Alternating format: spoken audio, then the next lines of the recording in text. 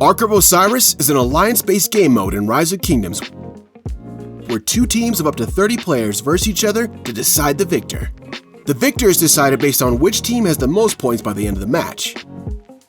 Points are gained throughout the match by occupying buildings, visiting caravans, and finally escorting the Ark of Osiris. Ark of Osiris matches are an hour long and happen once every 2 weeks. The Ark of Osiris event is divided into a golden battlefield and silver battlefield.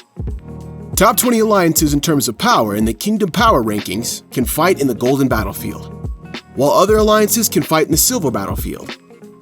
To register, the R5 of an alliance or title R4 of an alliance can select the match time and members.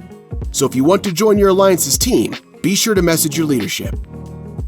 Teams will then be matched with another team based on cumulative matchmaking ratings.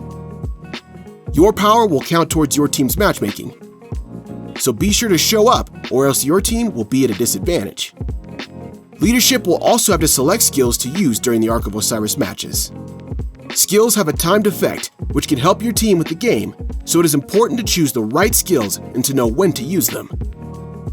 There are a lot of skills to choose from, but the most popular skills used by 489 and 60GT in the 2023 Grand Prix Finals are Dust Up for the damage debuff, Total Vision for the damage buff, Heaven's Grace for the healing, Master Strategy for the ability to teleport, To the Death for the damage and damage reduction buffs, and finally, Sneaky Tactics for the element of surprise.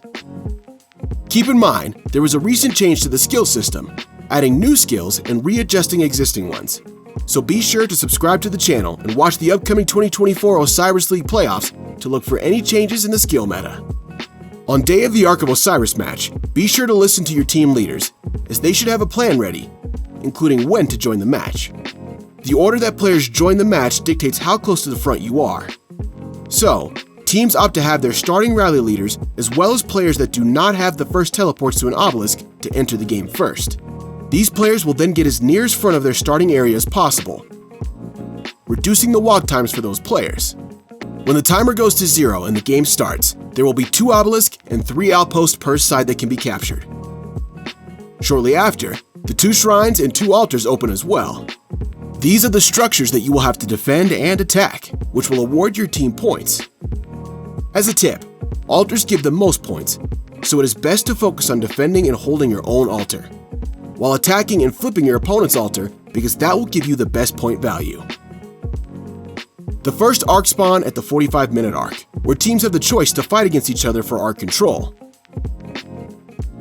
As previously mentioned, Arks are another way to gain points. Having Ark control is extremely advantageous because the team with the Ark can either capture the Ark to immediately gain points, or hold the Ark for up to 15 minutes, delaying when the next Ark will spawn, allowing for the team to get ready and prepare on their own timers. After an Ark is captured, it will take 8 minutes for the next one to spawn, so the amount of Arks in a single game can be manipulated by those who have Ark control, either instantly capturing it to increase the amount of Arks, or holding the Arks to decrease the amount of Arks.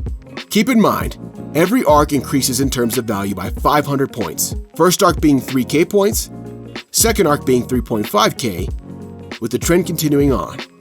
The final way to get points is by visiting caravans. Caravans are found around the map, and players can visit them with marches, which give points once those marches come back to the players' cities.